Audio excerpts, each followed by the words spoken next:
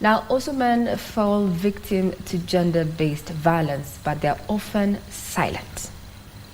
Njeri, yes. Why don't men come out to speak when such happens to them, or when they're in situations where is likely to end up in violence? And we already understand that violence is not just physical.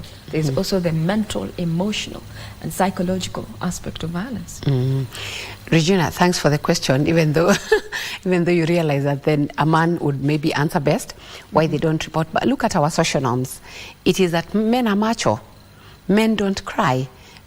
Boys are told to stand up straight. They are the ones, they are the leaders, they are the everything. That socialization also makes them realize that then you don't say anything. Even when your child comes home from school and they are crying, you're thinking, what a weakling. And so therefore they are not used to reporting. They are not used to saying when they are hurt. They are used to either fighting back or just vumilia, mwanaume ni kuvumilia. And so therefore they hurt, and they hurt terribly. If you look at maybe world over statistics on suicide, men do commit much more, even here within Kenya. And worse still, if you go deeper and look at uniformed men, so it tells you that it has to do with the way we are socialized. It doesn't mean that men don't have tear glands. It doesn't mean that men can just be able to be vulnerable, but that the next person, you're scared about the next person. So the social norms that we have, we do not want to transform them. And if a man reports, look at the kind of scandal he becomes at a police station, amongst colleagues. It becomes, are you serious? Did you? We are all like, huh? Yes. So till you change your story, yes. You start saying, oh no, actually what I meant. Yes. Like you see? So I think if we changed social norms, it will be for all of us. I keep seeing that gender equality will be much more a benefit to men than it would even be for women. Because then there are certain things that we've made men believe they are, that then they make them more vulnerable to certain violations, or even to purely not being able to report.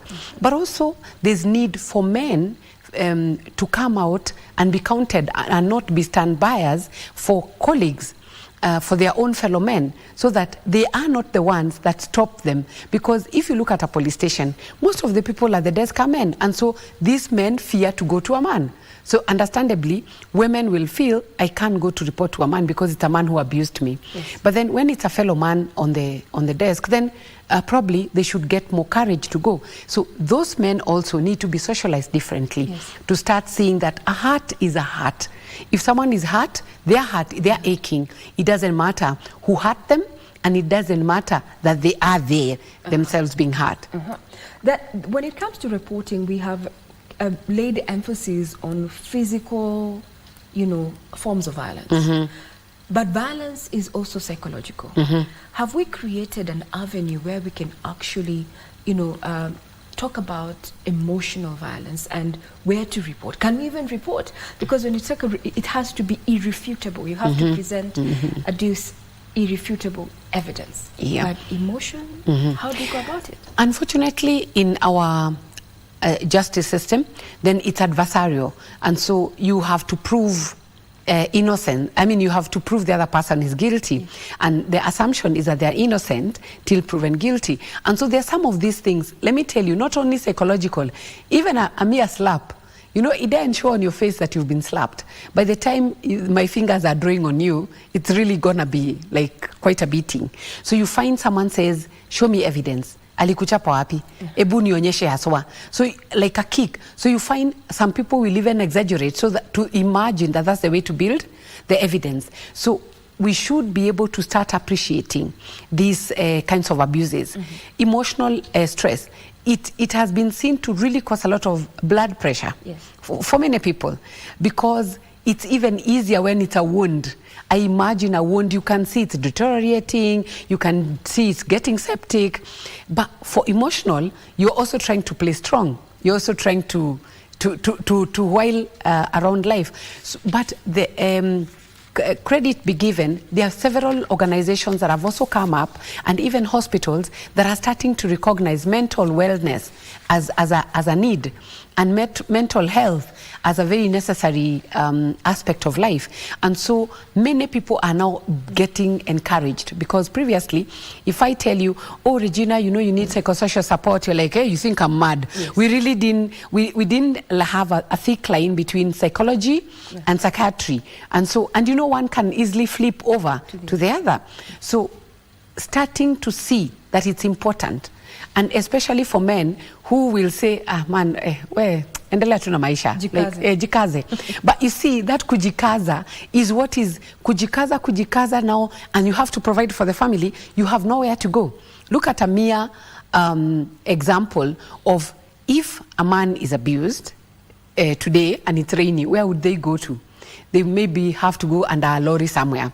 But for a woman, if I rent your house with my 4 children and say, Regina, I have nowhere to sleep today, you're likely to say, okay, oh no, just sleep, we'll talk tomorrow. Like, yeah, there's some room from a neighbor, even if it's on the floor, it's all right. We'll lock the door, we'll sleep in. How many men are they going to find, like at Babanani, I can knock and enter? Yes. When they come, we are expecting they've just passed by and they're leaving. So when they are staying on, we are wondering, what's the problem? What's the tragedy? Yes. Okay, so these social setups are not really prepared. We've not come prepared for such abuses, and especially when they are perpetrated against men. So we say that perpetration of violence is violence, whether against men or against women. We do not want to normalize it. We do not want a society that finds it normal to just violate someone. Like, unapita tu unagonga mtu na unaona ni nini mbaya. Like, you know, like, just be, yes.